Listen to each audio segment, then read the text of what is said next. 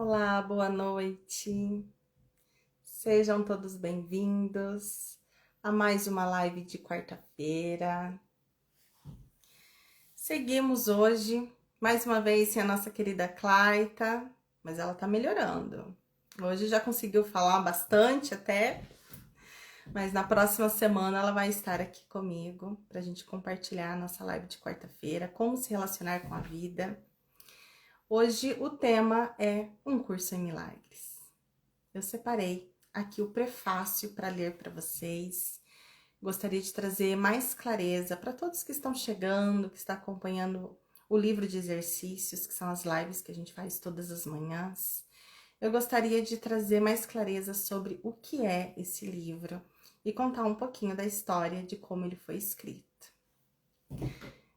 Deixa eu só mandar para umas pessoas aqui.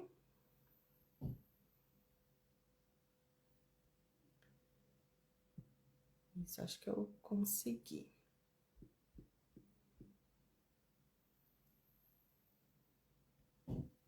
Foi. Então vamos lá.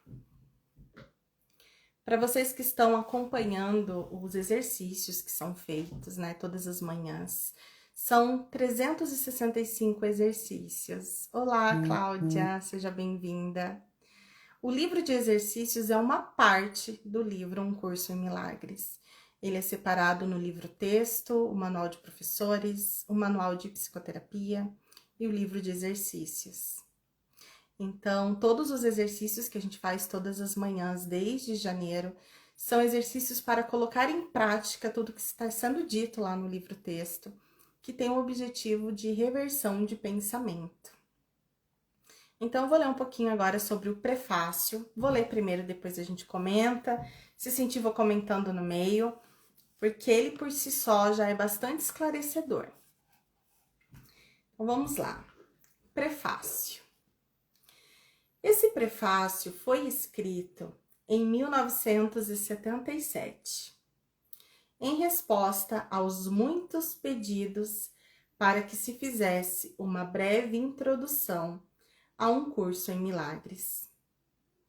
As duas primeiras partes, como veio a existir e o que é, são de autoria de Ellen Schuckman. A parte final, o que diz, foi escrita pelo processo de ditado interno descrito no prefácio. Como veio a existir? Um curso em milagres começou com a decisão repentina de duas pessoas de se unirem com uma meta comum. Seus nomes eram Ellen Schuckman e William Tedford, professores de psicologia médica na Faculdade de Medicina e Cirurgia da Universidade de Colômbia, na cidade de Nova York. Quem eram eles não importa, exceto que a história mostra que com Deus todas as coisas são possíveis. Eles eram tudo, menos pessoas interessadas no espiritual. Quando eu comecei a chegar a um curso em milagres e descobri essa história, foi o que mais me chamou a atenção e me despertou uma certa credibilidade no ego de caramba, eu quero entender isso daqui. Como assim pessoas não espiritualizadas escrevem um livro espiritual? Foi algo chamativo para prender a atenção do meu ego de primeiro momento. O seu relacionamento era difícil e frequentemente tenso, e eles estavam preocupados com o nível de aceitação pessoal e profissional em suas vidas e com o status. Em suma, tinha investido de forma considerável nos valores do mundo. As suas vidas dificilmente estavam de acordo com qualquer coisa que o curso advoga. Ellen, que recebeu o material, descreve a si mesma nesses termos. Então, a Ellen, a coautora deste livro, né, que ela nos coloca como autora, ela se descrevendo: psicóloga, educadora, teoricamente conservadora e ateísta. Em minhas crenças, eu estava trabalhando num ambiente altamente acadêmico e de muito prestígio. De repente, algo aconteceu que desencadeou uma série de eventos que eu nunca poderia ter previsto. O chefe do meu departamento inesperadamente anunciou que ele estava cansado dos sentimentos raivosos e agressivos que as nossas atitudes refletiam e concluiu dizendo, entre aspas, tem que haver um outro jeito. Como se eu estivesse esperando esse sinal, concordei em ajudar a achá-lo. Aparentemente, este curso é o outro jeito. Então, vamos trazer aqui, vamos imaginar juntos aqui, 2 acadêmicos totalmente preocupados somente com o status, acreditando que o seu valor é medido pelas coisas que você tem, em busca de poder, dinheiro, simplesmente vivendo uma vida material completamente normal. Mas observando ali todo aquele sistema de pensamento desgastante e estressante que é viver em uma competição, né? O tempo todo ali brigando e se questionando.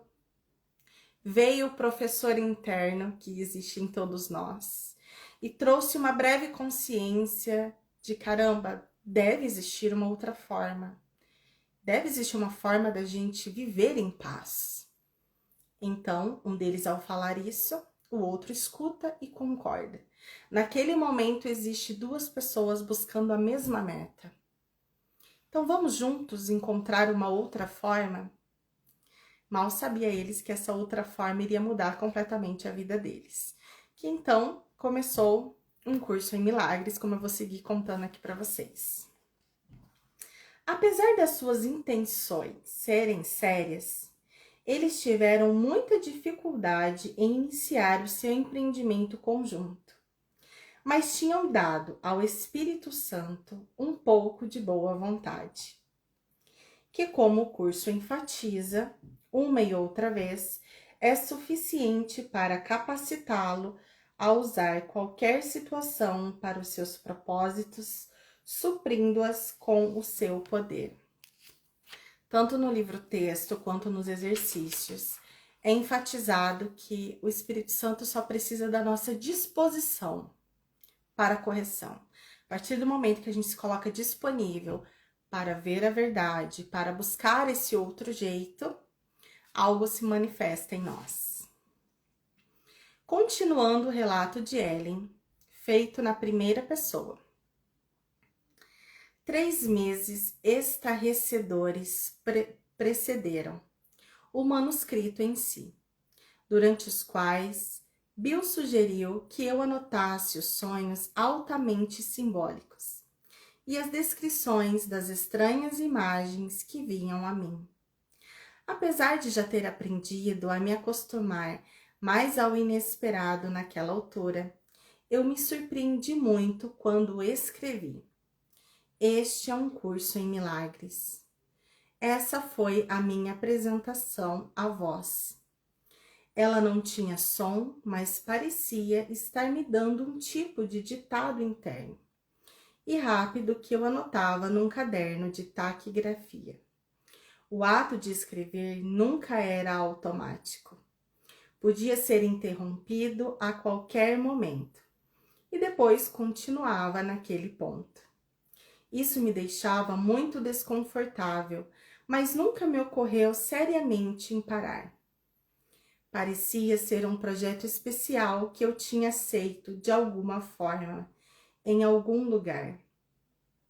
Ele representava um empreendimento feito em colaboração verdadeira entre Bill e eu.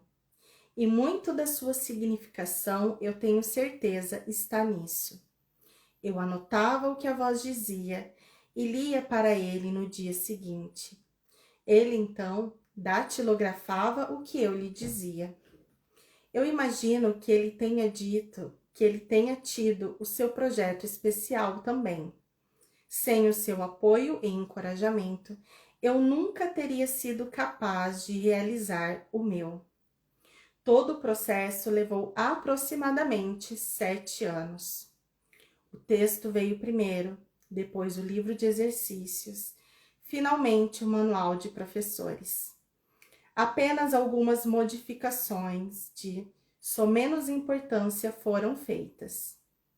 O título dos capítulos e subtítulos foram inseridos no texto, e algumas referências mais pessoais que ocorreram no início foram omitidas. Exceto isso, o material não sofreu modificações substanciais.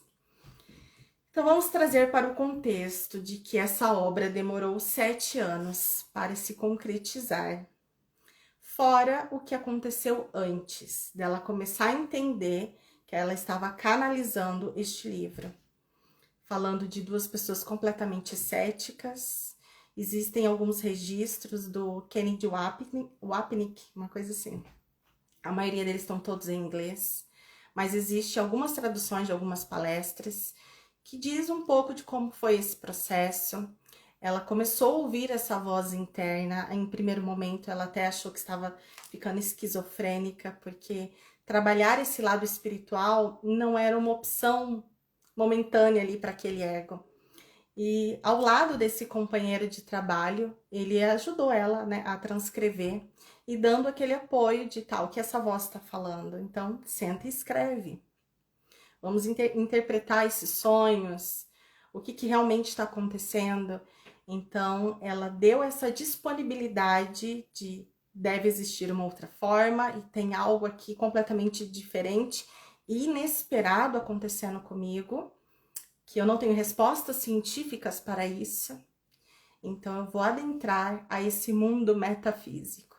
E no momento que ela se coloca disponível para esse novo, tudo começa a acontecer. Então, pensa, são 7 anos trabalhando toda essa confiança e entrega, entrando num mundo completamente novo, que se não fosse a disponibilidade deles em se abrir para esse novo e para essa condução do Espírito Santo, talvez nós não teríamos essa obra aqui vindo deles, né?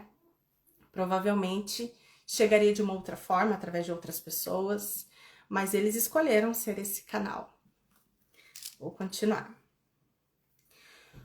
Os nomes dos colaboradores na transcrição do curso não aparecem, porque o curso pode e deve se manter por si próprio.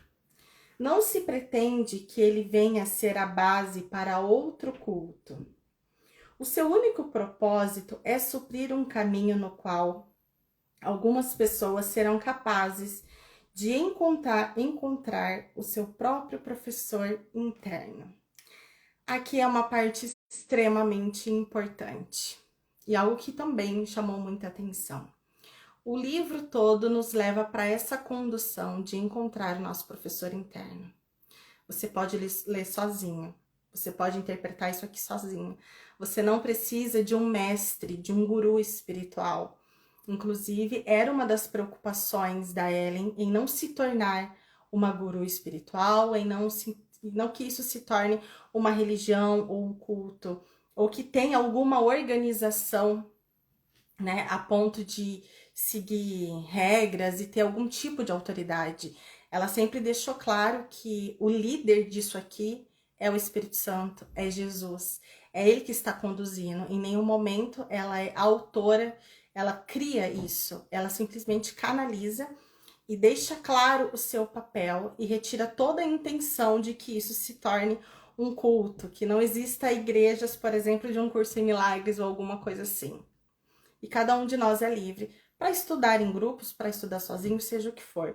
O livro, com os exercícios e as práticas que tem, ele te leva para esse lugar, né? De simplesmente você encontrar esse professor interno em você. Deixa eu ver aqui que a Cláudia está falando. Os exercícios precisam ser em ordem? Pergunto porque estou hoje na lição 74, mas às vezes acompanho no Instagram as lições bem mais à frente. Já deu a resposta. Sim, vai ter uma parte aqui que vai falar que você segue da forma como você quiser. Inclusive que você pode ficar apegada a um exercício ali que você mais gostou, que tá te fazendo bem, que que tá te ajudando a reverter. Eu mesma sou apegada em vários, que nos momentos que eu preciso, eu volto naquele exercício e ajuda a me corrigir. Porque o objetivo é a correção da mente, né? Mas o ideal é que você, em algum momento, pratique os 365, mas que você siga conforme o teu professor interno está te pedindo. Então, por exemplo, se você está seguindo ali, acho que você estava no 50 alguma coisa, né? Você tinha comentado, você estava em qual? Ah, na 74. E, por exemplo, hoje você assistiu a lição 241. O que você aprendeu, o que você sentiu ali, o que expandiu a tua consciência, tudo é ganho, né? Não vejo o porquê você se sentir de ver uma lição à frente.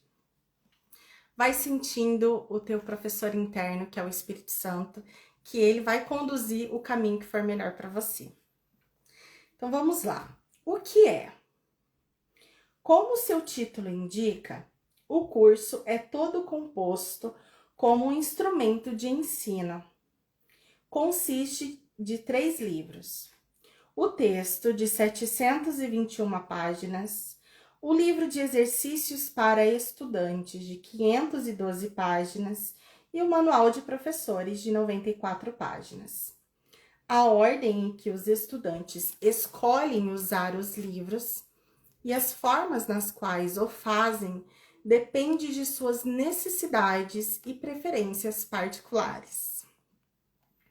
O currículo que o curso propõe é cuidadosamente planejado e explicado passo a passo, tanto ao nível teórico quanto ao prático. Ele enfatiza a aplicação prática mais do que a teórica e a experiência mais do que a teologia.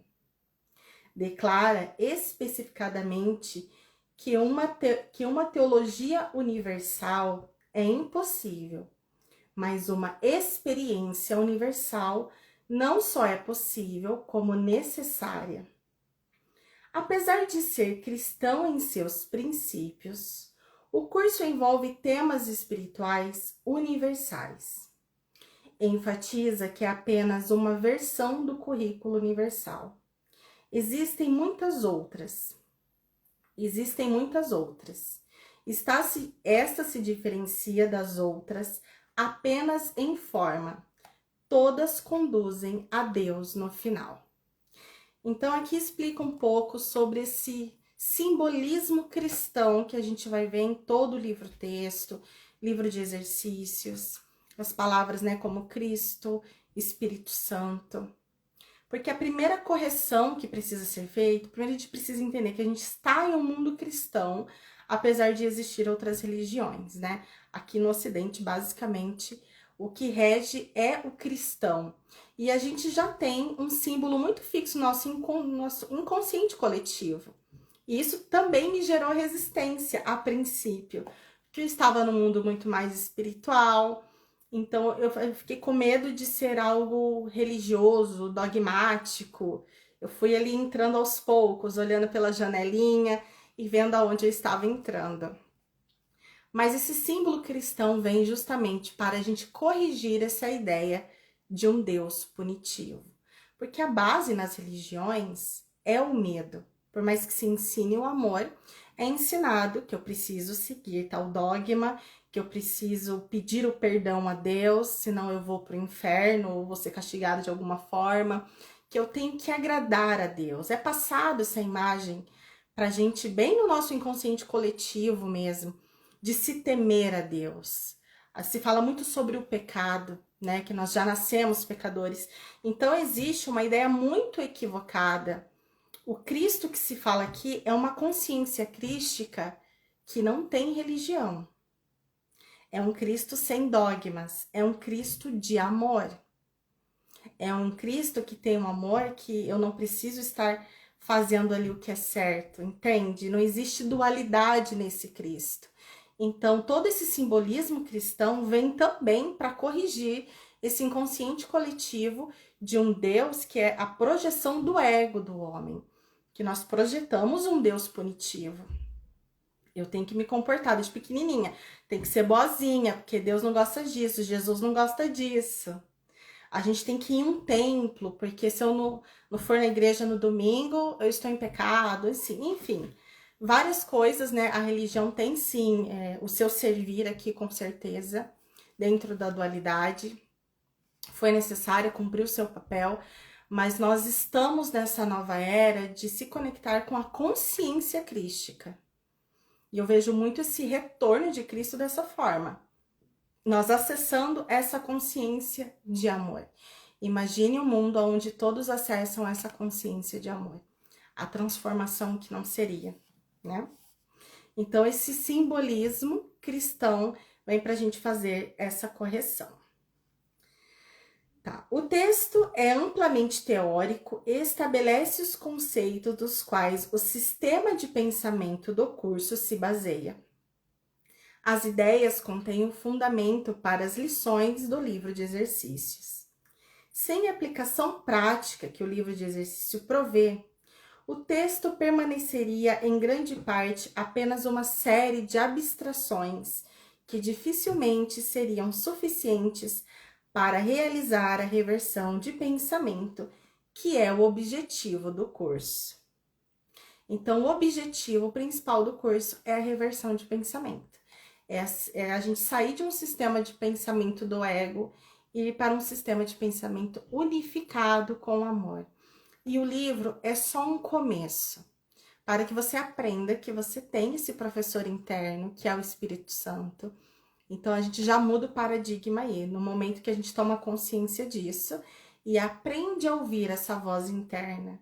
E aí a gente vai seguir essa voz interna, que é a nossa consciência de amor, que é o Espírito Santo, o nome que a gente quiser dar para algo que nem tem nome, né?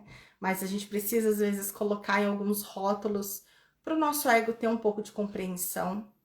Então, a partir do momento que eu mudo esse sistema de pensamento, aí a gente está a serviço da unidade e seja o famoso que Deus quiser, que a gente vai seguir nessa intuição. Então, a prática dos exercícios é fundamental. Se a gente ficar ali só lendo o livro-texto, talvez a gente tenha dificuldade de trazer para a prática da nossa vida essa reversão de pensamento. O livro de exercício inclui 365 lições, uma para cada dia do ano. No entanto, não é necessário fazer as lições nesse ritmo, e cada pessoa pode querer ficar em uma lição particularmente atraente por mais de um dia. As instruções requerem apenas que não se tente fazer mais de uma lição por dia. A natureza prática do livro de exercícios é salientada pela introdução às lições, que enfatiza a experiência através de aplicações práticas mais do que um comprometimento anterior e uma meta espiritual. Achará difícil acreditar em algumas das ideias que esse livro de exercícios te apresenta, e outras podem te parecer bastante surpreendentes. Isso não importa. Meramente te é pedido que aplique as ideias assim como é dirigido a fazer. Não te é pedido para julgá-las em absoluto. Só te é pedido que use-as. E o uso dessas ideias que lhe dará significado para ti, te mostrará que são verdadeiras.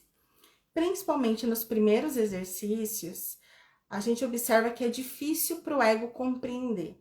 Quando começa ali a pedir para tirar o significado das coisas que você está vendo, né? Essa parede não tem significado, nada tem significado. O ego fica tipo, não tá tendo nexo nas coisas. Apenas faça. Faça, entregue, vai confiando. Repita as palavras, repita as ideias, mesmo sem fazer sentido no momento. Se você sente o chamado, você sente que tem uma verdade aqui, que algo te leva para esse livro, continua fazendo que o caminho vai se fazendo e vai trazendo clareza. Lembra-te apenas disso, não precisas acreditar nas ideias, não precisa aceitá-las e não precisa nem mesmo acolhê-las bem. Alguma delas pode resistir em veemência. Nada disso importará ou diminuirá a sua eficácia. Mas não te permitas fazer exceções ao aplicar as ideias contidas no livro de exercício. E quaisquer que sejam as tuas reações às ideias, usa-as. Nada mais do que isso é requerido. Finalmente, o manual de professores, que é escrito em forma de perguntas e respostas, fornece resposta a algumas das perguntas mais prováveis que um estudante poderia fazer. Também inclui esclarecimentos a respeito de algum dos termos que um curso emprega, explicando-os dentro da estrutura teórica do texto. O curso não pretende chegar à finalidade última, e as lições também não pretendem levar os estudantes a completar o aprendizado. No fim, o leitor é deixado nas mãos do seu professor interno, olha só, que orientará todas as lições posteriores, como ele achar adequado. Apesar do curso ser abrangente em sua estruturação, a verdade não pode ser limitada a nenhuma forma finita, como é claramente reconhecido na declaração no fim do livro de exercícios. Deixa eu ver o que você está falando. Venci essa parte, mas eu pensava, isso não faz sentido. Agora tudo faz sentido. Exatamente. Quem pensava, né, Cláudia, que isso não faz sentido? Quem estava julgando? O seu ego. O ego resiste mesmo, porque ele sabe que ele está entrando ali num desfazer da mente. Então, tem gente que começa a estudar o curso e para, tem gente que realmente cria resistência, faz o exercício até um certo ponto, aí é demais dar uma parada e volta. Vai no seu momento. Tá, então aqui, ó, eu vou ler novamente esse finalzinho. Apesar do curso ser abrangente em sua estruturação, a verdade não pode ser limitada a nenhuma forma finita, como é claramente reconhecido na declaração no fim do livro de exercícios. Se der tempo, depois eu leio essa declaração. Então, o livro é um começo de reversão. Tudo isso daqui. Sabe-se lá quando que a gente vai conseguir terminar, mas é um começo. Então, olha que incrível que vai ser vivenciar essa experiência no momento que essa mente estiver completamente corrigida.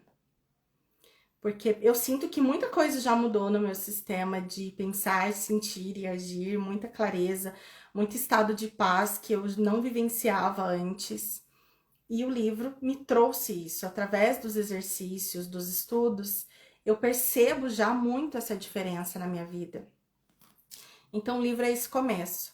A partir do momento que a gente terminar os exercícios, depois que a gente refazer os exercícios, a gente entra nessa reversão de pensamento e ali em diante eu entro nesse soltar do Espírito Santo em mim. Eu não sei o que vai ser. Tem até um exercício que fala, eu não sei coisa alguma. É a primeira vez que você está fazendo os exercícios inteiros, sim. Desde janeiro, sim. Eu já lia, já estudava, mas fazia exercício pela metade, não terminava, voltava. Agora, desde janeiro, pretendo continuar até dezembro. Eu vou estar finalizando. Oi, Lúcia, seja bem-vinda. Estamos aqui lendo o prefácio. Estamos na metade. Então, vamos lá. Esse curso é um começo, não um fim. Não há mais lições específicas, pois não precisamos mais delas. A partir de agora, ouve apenas a voz por Deus. Ele dirigirá os teus esforços, dizendo-te exatamente o que fazer, como orientar a tua mente e quando vir a ele, em silêncio, pedindo-lhe a sua orientação, segura e o seu verbo certo. O que diz? Nada real pode ser ameaçado. Nada irreal existe. Nisso está a paz de Deus. Olha aí um exercício que não faz sentido pro ego, Cláudia. Nada real pode ser ameaçado. Nada irreal existe. Nisso está a paz de Deus. Cabe uma live inteira só nessa frase. O que seria nada real pode ser ameaçado? O meu corpo pode ser ameaçado. Minha situação financeira, meu status social, meu estado de relacionamento, minha saúde, tudo isso pode ser ameaçado. Tudo isso terá um fim em algum momento. Então, será que isso é real? Então, o que é real? O que vai permanecer da Bruna? O que é imutável em mim? É o amor. É minha consciência de amor. É aquilo que me conecta com a verdade. É aquilo que vai ficar para além do corpo, para além das minhas ideias de Bruna. Isso é real, isso é imutável. E olha como a gente vive acreditando que o que é real são essas coisas finitas. É o nosso corpo, é a nossa vida aqui, é o dinheiro, é o status, é a carreira. E aqui nada dura para sempre. Então, uma outra afirmação é: nada irreal existe. Então, peraí, se meu corpo vai acabar, ele de fato não existe. Se tudo é mutável, se as relações são mutáveis, elas não existem. E nisso está a paz de Deus. Entender isso, integrar isso, está a paz de Deus. Porque a gente fica só com aquilo que é real. Então, eu não vou mais me importar, eu não vou mais entrar nos desejos e nos apegos do meu ego. Eu vi uma entrevista uma vez do Eckhart Tolle, aquele que escreveu O Poder do Agora, e a pessoa perguntou para ele o que ele faz quando ele não tá dando palestra ou quando tá escrevendo um livro, o que Eckhart Tolle faz? Ele falou: eu deixo de existir. E é exatamente isso. Quando ele precisa do personagem palestrante, do personagem professor, do rótulo marido, não sei se é casado ou não, mas percebe que são rótulos. Agora eu estou aqui como professora de autoconhecimento, depois eu vou estar como mãe, como esposa, como filha. E quando eu soltar tudo isso, a Bruna deixa de existir. Nisso está a paz de Deus. Você deixa de existir porque na sua mente você é a própria existência.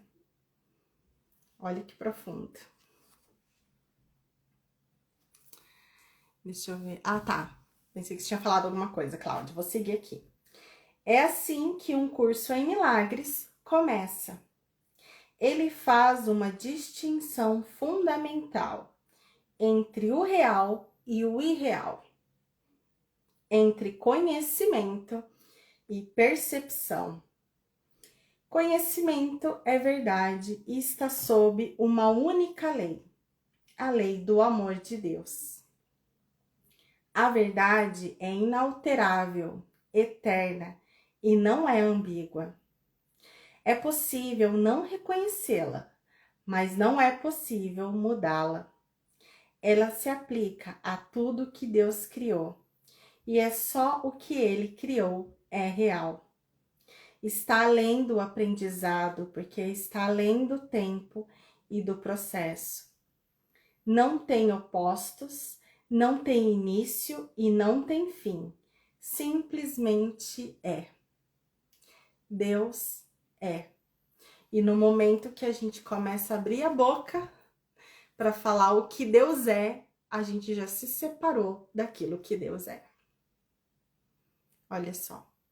E existem tantos dogmas e receitas e tudo do que é Deus, do que é ser espiritual, do que é certo, do que é errado. Ali a gente já se perdeu de Deus. Talvez o que mais se aproxima é o silêncio. A meditação ali, aquele estado de nirvana, né? Os hindus chamam também um estado de samadhi, um estado de união com o todo. Então, quanto mais você entrar nesse silêncio, talvez seja mais fácil você sentir esse Deus, porque Deus é tudo aquilo que já entrou no dual, de certo, de errado, de comparação, a gente volta para o sistema de pensamento do ego. O mundo da percepção, por outro lado, é o mundo do tempo, da mudança, dos inícios e dos fins. Ele se baseia em interpretação, não em fatos. É o mundo do nascimento e da morte, fundado sobre a crença na escassez, na perda, na separação e na morte. Ele é aprendido mais do que dado, seletivo nas ênfases que dá a percepção, instável em seu funcionamento e impreciso em suas interpretações. Do conhecimento e da percepção surgem, respectivamente, dois sistemas de pensamentos distintos que são opostos em todos os aspectos. No domínio do conhecimento, nenhum pensamento existe à parte de Deus, porque Deus e sua criação compartilham uma única vontade. O mundo da percepção, no entanto, é feito pela crença em opostos e vontades separadas, em perpétuo conflito umas com as outras e com Deus. O que a percepção vê e ouve parece ser real porque ela só permite que entre na consciência o que está de acordo com os desejos de quem está percebendo. Isso leva a um mundo de ilusões, um mundo que precisa de defesa constantemente, exatamente porque ele não é real. Eu vou até ler de novo essa parte aqui, ó. O que a percepção vê e ouve parece ser real, porque ela só permite que entre na consciência o que está de acordo com os desejos de quem está percebendo. Isso leva a um mundo de ilusões, o mundo que precisa de defesa constante, exatamente porque ela não é real. Já experimentou defender a sua verdade para alguém que tem uma crença completamente oposta à sua? Tem uma frase aqui no livro texto que fala: a verdade não precisa de defesas. Mas você já observou aí duas pessoas discutindo sobre política, futebol, religião, seja o que for? Elas não estão dispostas a ouvir. Elas estão atacando com a sua verdade porque quer que o outro entenda o que é verdade para ela. Ela quer que o outro aceite a verdade dela. É assim que funcionam as percepções. A percepção tem o seu sistema de crença, tem todo o seu enredo de ilusão ali. E é muito difícil dentro da percepção, se você não se questionar, se você não ouvir essa voz interior de falar, me mostra a verdade. É bem difícil a gente sair dessas percepções equivocadas, sem essa reversão de pensamento. Porque, por exemplo, nós temos aqui a nossa cultura, a forma como nós fomos criados. Observa que tudo aquilo que vai contra o teu sistema de crença, você rejeita. Se alguém tem uma atitude, um comportamento que não são iguais aos teus princípios, você não quer nem conversa com a pessoa. Você rejeita porque aquilo não entra dentro das tuas percepções, percebe? Então o ego, ele se protege de uma forma realmente muito forte dentro dessas percepções, que pra gente furar essa bolha do ego é um treino na mente mesmo, diário. Cláudia, Deus é a não forma, então não criou a forma.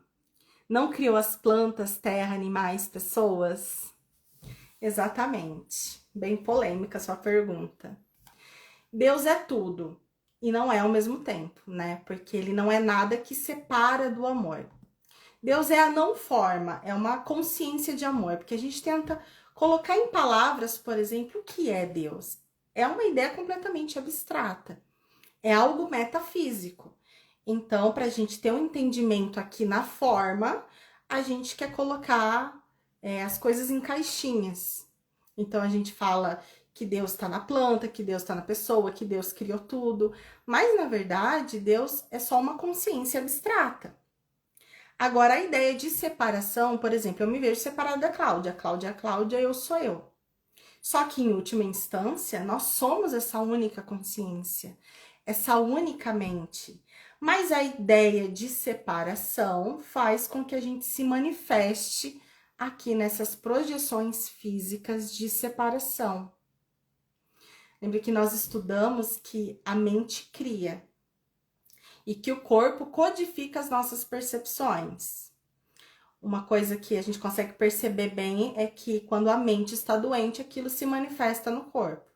As doenças, em última instância, ali é um estado emocional reverberando no corpo, onde a gente vai achar justificativas e diagnósticos biológicos, mas começou com uma mente separada do amor. Então, a forma, ela é simplesmente a manifestação da ideia de separação. E não existe separação em Deus. Então, Deus criou as plantas, a terra, os animais. Deus criou a separação. Se eu me vejo separada de você, se eu me vejo separada dos animais, se eu taco fogo aí numa floresta, se a gente chuta animal na rua, se a gente mata alguém, existe Deus nisso? Porque isso é símbolo de uma separação. Existem pessoas passando fome, pessoas sofrendo, e eu acho que eu tô separada delas. Então, assim, minha vida tá tudo bem, então não vou nem olhar pro lado, porque eu sou eu, ela é ela. Existe Deus nisso? Vai no teu sentir aí, para você encontrar a resposta. Esse corpo vai deixar de existir. Existe Deus nisso? O que você sente? O que eu sinto que Deus está nessa consciência unificada e que eu sou parte dessa consciência e que eu preciso me lembrar e que se o meu corpo um dia vai virar pó, isso aqui não é real. É o que eu sinto. Aí eu tento me conectar com esse Deus abstrato e não nessa forma. Me desapegar dessa ideia de forma. Soltar essa necessidade de me apegar às formas. É uma desconstrução que eu venho fazendo com os exercícios, corrigindo a minha mente para ficar com a minha mente nesse abstrato. Porque daí não dói tanto, entende? Eu não me apego aos sofrimentos do ego. Faz algum sentido para você, Cláudia? O que você sente se você fechar os olhos e fazer essa pergunta para você? Então, Deus não criou a forma. Deus não criou as plantas. Deus não criou os animais. Veja o que você sente, porque a resposta tá aí. No teu professor interno. A lembrança tá aí. Deixa eu ver onde é que eu tava aqui. Achei. Quando fostes aprisionado no mundo da percepção, fostes aprisionado em um sonho. Olha só. Vamos ver se traz resposta porque você perguntou. Não podes escapar sem ajuda, porque tudo que os teus sentidos te mostram apenas testemunha a realidade do sonho. Como é difícil a gente perceber que isso daqui não é real, porque realmente os nossos sentidos traz uma realidade. A gente sente dor, a gente sente alegria, a gente sente medo, a gente sente as coisas materiais, a gente sente tudo que faz a gente acreditar que isso aqui é real. Porém, os sentidos só reafirmam o sonho. Não podes escapar sem ajuda, porque tudo o que os teus sentidos te mostram apenas testemunha a realidade do sonho. Deus forneceu a resposta, o único caminho para a saída, o verdadeiro ajudante, a função da voz, seu Espírito Santo, é ser o mediador entre os dois mundos. Então, o Espírito Santo está na dualidade, porém é a parte lembrada que nos conecta com Deus. O Espírito Santo é a extensão de Deus, habita em nós, entra aqui nessa dualidade e nos lembra da verdade. Deus forneceu a resposta, o único caminho para a saída. O verdadeiro ajudante, a função da sua voz.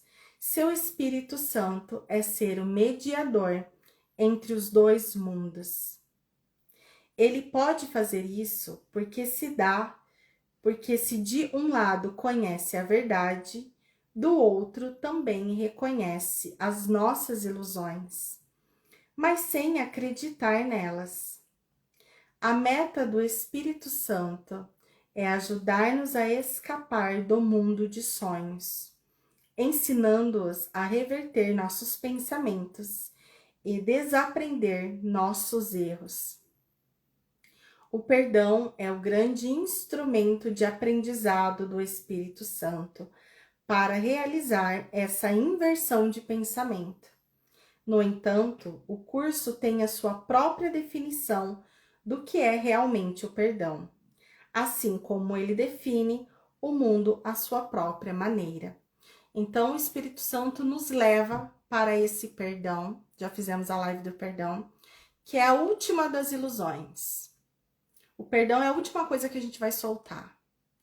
Quando eu entender que não existe nada a ser perdoado, que isso tudo aqui é um sonho, que aquilo que eu sou permanece eterno. Então, eu vou parar de brigar com o sonho, entende? Eu não vou precisar mais perdoar ninguém, porque eu não vou ver motivo para isso. A única coisa que eu vou enxergar é o amor. Eu não vou ter ranço de mais ninguém, gente. Vamos viver na paz, olha aqui. Não cheguei lá ainda, hein? Mas olha que interessante a gente entregar realmente a nossa mente para o Espírito Santo, para que ele conduza essa correção. Para que eu chegue no momento onde eu nem precise mais do perdão. Eu não preciso perdoar nenhuma ideia equivocada mais. Esse é o caminho proposto aqui. O perdão é o grande instrumento de aprendizado do Espírito Santo para realizar essa inversão de pensamento. Então, o perdão é uma ferramenta. Apenas isso. É uma ferramenta que vai reverter o nosso sistema de pensamento, da dualidade para a unidade. O mundo que nós vemos apenas reflete o nosso próprio referencial interno. As ideias dominantes, desejos e emoções em nossas mentes.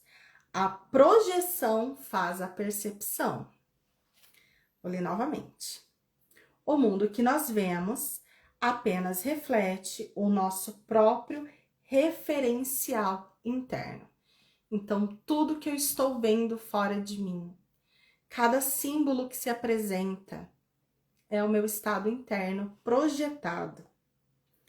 As ideias dominantes, o que está predominando no meu estado interno? Desejos e emoções em nossas mentes. A projeção faz a percepção, entre aspas. Nós olhamos antes para dentro.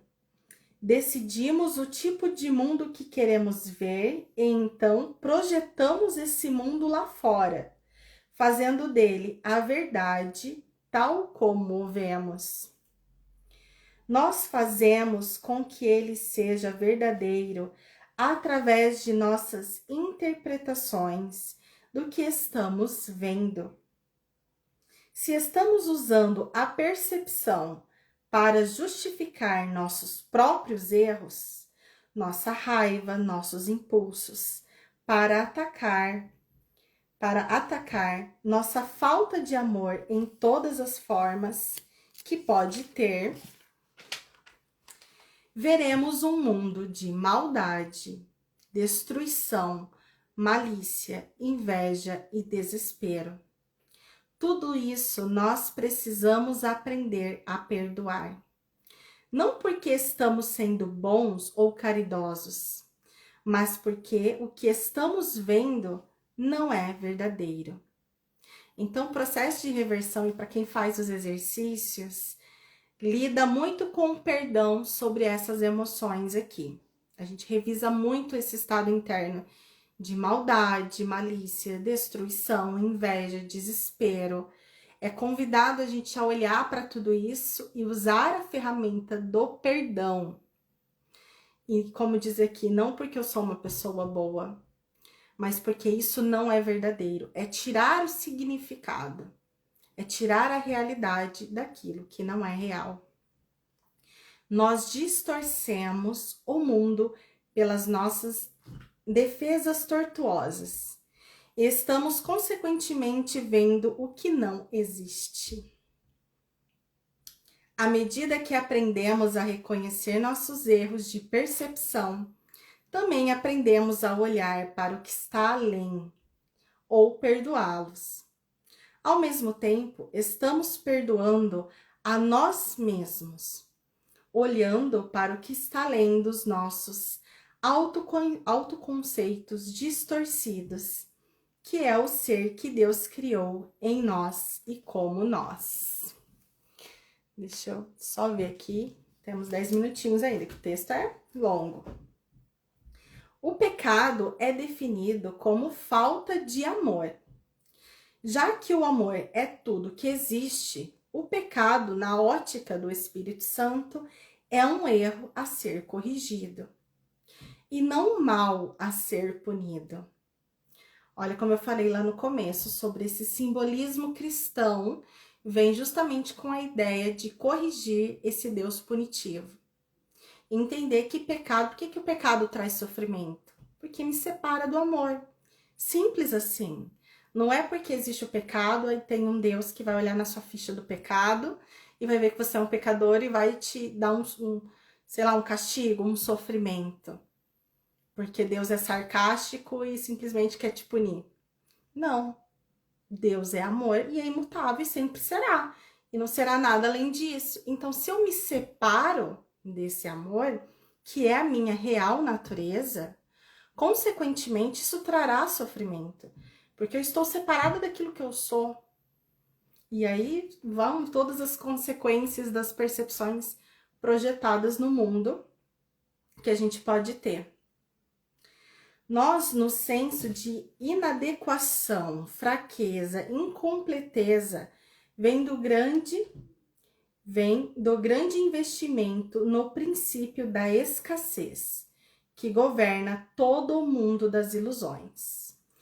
Nesse ponto de vista, nós buscamos em outros o que sentimos que está faltando em nós. Amamos um outro para conseguirmos algo para nós. Isso, de fato, é o que passa por amor no mundo e nos sonhos. Não pode existir nenhum erro maior do que esse, pois o amor é incapaz de pedir o que quer que seja. Cláudia, eu acredito que minha punição é planejada e feita por mim mesma. Exatamente. É a gente que se pune, né? Principalmente quando se separa do amor, entra com a ideia de que não somos dignos desse amor. Então eu preciso me punir.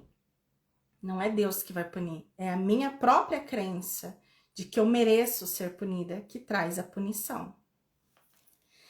Então, como diz aqui, ó, não pode existir nenhum erro maior do que esse, pois o amor é incapaz de pedir o que quer que seja.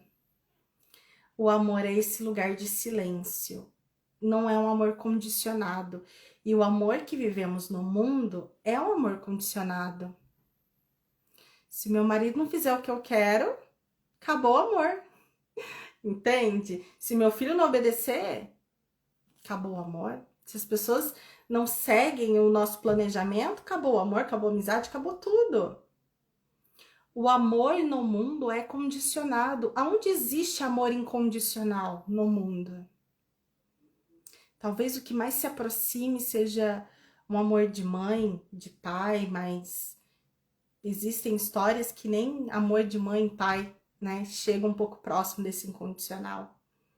Então é muito difícil existir esse amor que não pede nada aqui no mundo. Só as mentes podem se unir na realidade. E aqueles a quem Deus uniu, ninguém pode separar. No entanto, é só no nível da mente de Cristo que a verdadeira união é possível. E essa, de fato, nunca foi perdida. Eu gosto muito desse trecho, porque diz que a única coisa que está separada aqui é a forma. Existe um lugar em nós que permanece unido a Deus. Eu só preciso parar de olhar para toda essa forma, para toda essa ilusão e dar realidade para isso. Ficar acreditando que eu sou isso aqui. E me lembrar dessa união que está em mim. Só que está na mente. Existe um lugar na minha mente que se lembra desse amor. E é para lá que eu quero ir, né? Existe esse campo. Por exemplo, na física quântica, esse lugar é chamado de campo unificado. Existe esse lugar onde tudo é um só. O pequeno eu, entre aspas, procura se realçar através da aprovação externa, dos bens externos e do amor externo. O ser que Deus criou não precisa de nada. Aí pega o nosso ego. Porque se eu te perguntar agora, o que falta para você ser feliz? Você pode me passar uma lista de coisas. Bruna, o que é a vida perfeita para você? Eu posso te passar uma lista de coisas aí que precisa acontecer, fazer, chegar. Mas o ser que Deus criou não precisa de nada. Então imagina chegar no momento de corrigir a sua mente, de você olhar em volta e falar, está tudo certo. Eu não preciso de nada, porque eu não preciso ter aquilo que eu já sou, entende? Ele está sempre completo, a salvo, amado e amoroso. Procura compartilhar mais do que conquistar, estender mais do que projetar. Ele não tem necessidades e quer unir-se a outros devido à consciência mútua da abundância. Os relacionamentos especiais do mundo são destrutivos, egoístas, infantilmente egocêntricos. No entanto, se dados ao Espírito Santo, esses relacionamentos podem vir a ser as coisas mais santas na Terra. Os milagres que indicam um caminho para o retorno ao céu. O mundo usa os seus relacionamentos especiais como uma arma final de exclusão e uma demonstração do estado de separação. O Espírito Santo os transforma em lições perfeitas de perdão, e lições que nos levam a despertar do sonho. Cada um é uma oportunidade de deixar que as percepções sejam curadas e os erros corrigidos. Cada um é mais uma chance de perdoar a si mesmo, perdoando ao outro. E cada um vem a ser mais um convite do Espírito Santo e a lembrança de Deus. A percepção é uma função do corpo e, portanto, representa um limite na consciência. A percepção vê através dos olhos do corpo e ouve através dos ouvidos do corpo. Evoca as respostas limitadas que o corpo dá. O corpo parece ser amplamente automotivado e independente. No entanto, ele responde só às intenções da mente. Se a mente quer usá-lo para o ataque em qualquer forma, ele vem a ser vítima da doença, da idade, da decadência. Se em vez disso a mente aceita o propósito que o Espírito Santo tem para ele, ele vem a ser um meio útil de comunicação com os outros, invulnerável por tanto tempo quanto for necessário, para ser gentilmente deixado de lado quando a sua utilidade chegar ao fim. Em si mesmo, ele é neutro. Como tudo no mundo, na percepção, é usado para os objetivos do ego ou do Espírito Santo, dependendo inteiramente do que do que a mente quer. Aqui tem uma parte do livro-texto lá que nós estudamos, o erro e o ego, também fala sobre isso. Que a mente está a serviço do Espírito Santo. E o papel da mente é servir a essa lembrança. Então, a mente está criando o tempo todo, só que ela pode criar através das percepções, e ali ela não está cumprindo o seu propósito. E ela se torna uma ferramenta no momento que ela entra nesse lugar de servir ao Espírito. Então, onde nós estamos colocando a nossa mente? Aqui fica claro nesse trecho que é muito importante que a mente seja apenas uma ferramenta que o Espírito Santo vai usar ali para nossa lembrança, e no momento que a gente se lembrar que servir ao seu papel, a mente vai deixar de ser usada e colocada de lado, como disse aqui. Vou até ler novamente esse final. Se a mente quer usá-lo para o ataque em qualquer forma, ela vem a ser vítima da doença, da idade e da decadência. Se em vez disso a mente aceita o propósito que o Espírito Santo tem para ele, ela vem a ser um meio útil de comunicação com os outros, invulnerável por tanto tempo quanto for necessário para ser gentilmente deixado de lado quando a sua utilidade chegar ao fim. Então, a nossa mente é uma ferramenta do Espírito. É apenas isso que ela é. E é nesse lugar que a gente precisa colocar ela. Ah, já tá dando meia-noite aqui pra mim. Eu acho que a live pode cair. Eu vou seguir lendo. Se cair, caiu. Vamos seguindo aqui. O oposto da óptica que se tem com os olhos do corpo é a visão de Cristo, que reflete a força em vez de fraqueza, união em vez de separação e amor no lugar do medo.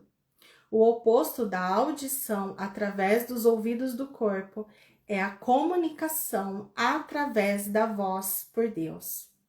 O Espírito Santo que habita em cada um de nós.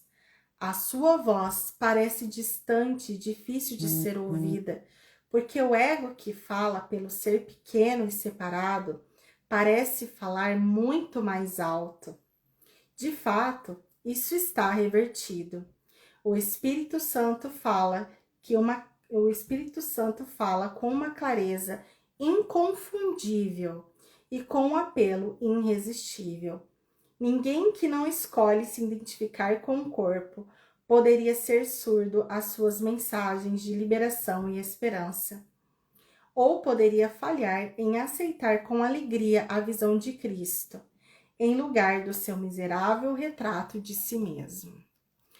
Essa parte começa a acontecer quando a gente faz os exercícios. O ego fala alto? Fala, mas o Espírito Santo fala mais alto ainda. A consciência de amor vem primeiro. Vem junto ali, ó, vem o incômodo da raiva, do ego, do apego, do sofrimento, e vem também, olha, isso aqui é ilusório. Solta isso daí, que isso daí é ilusão. Escolha outra vez, dá um passinho para trás. Essa verdade em nós se apresenta porque lá atrás a gente se colocou disponível para correção.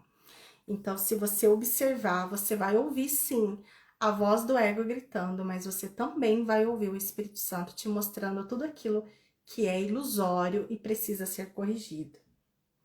A visão de Cristo é a dádiva do Espírito Santo, a alternativa de Deus para a ilusão da separação e para a crença na realidade do pecado, da culpa e da morte. É a única correção de todos os erros da percepção. A reconciliação dos aparentes opostos quais esse mundo se baseia. A sua luz benigna mostra todas as coisas do outro ponto de vista, refletindo o sistema de pensamento que surge do conhecimento e fazendo com que o retorno a Deus não só seja possível, mas inevitável. O que era considerado como injustiças feitas a alguém por outra pessoa, agora vem a ser um pedido de ajuda e um chamado para a união. O pecado, a doença e o ataque são vistos como percepções equivocadas que pedem um remédio através da gentileza e do amor. As defesas são postas de lado, porque aonde não há ataque, não há necessidade delas. As necessidades de nossos irmãos passam a ser as nossas, porque eles fazem conosco a jornada em direção a Deus.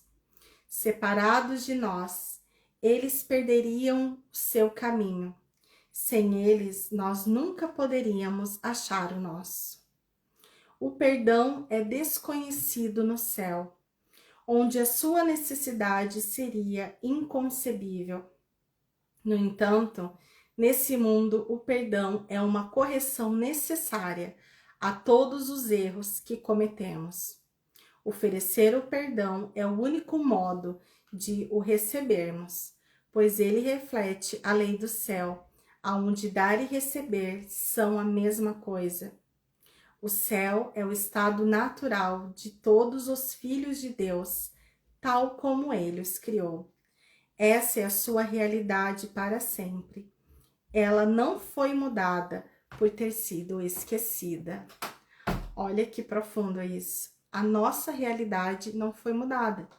Nós somos esse amor e continuaremos sendo, ainda que a gente esteja temporariamente esquecido. O perdão é o meio através do qual nós nos lembramos, nós nos lembraremos. Através do perdão, o pensamento do mundo é revertido. O mundo perdoado vem a ser a porta do céu, porque através da sua misericórdia podemos finalmente perdoar a nós mesmos. Não aprisionando ninguém à culpa, nós nos libertamos, tomando conhecimento de Cristo em todos os nossos irmãos. Reconhecemos a sua presença em nós mesmos, esquecendo todas as nossas percepções equivocadas e sem nada do passado para nos deter, podemos nos lembrar de Deus. Além deste aprendizado, não podemos ir. Estamos prontos e o próprio Deus dará o passo final em nossa viagem de volta a Ele. Esse é o prefácio do que é um curso em milagres. Lembrando, como foi dito aqui, ele é um começo de um processo de reversão de pensamento. E Deus dará o passo final. Então, a reversão de pensamento que precisamos é aprender a ouvir o Espírito Santo em nós, que é o nosso professor de Deus, que é essa guiança interna. A partir do momento que a gente reverter esse sistema de pensamento e soltar, né, e se entregar para essa confiança, ele vai nos mostrando o caminho. E o último passo é Deus quem dá. Então, que hoje a gente possa se colocar à disposição para essa correção. Falando nisso, amanhã cedo às 8 tem os exercícios, vamos para a lição 242. Sejam todos bem-vindos e a gente segue nessa correção da mente. Gratidão, Cláudia, pela sua presença, por estar aqui unida nessa mente em busca da verdade. E a gente continua, certo? Gratidão, que bom que não caiu. E é isso, a gente se vê nas próximas. Beijo. Tchau.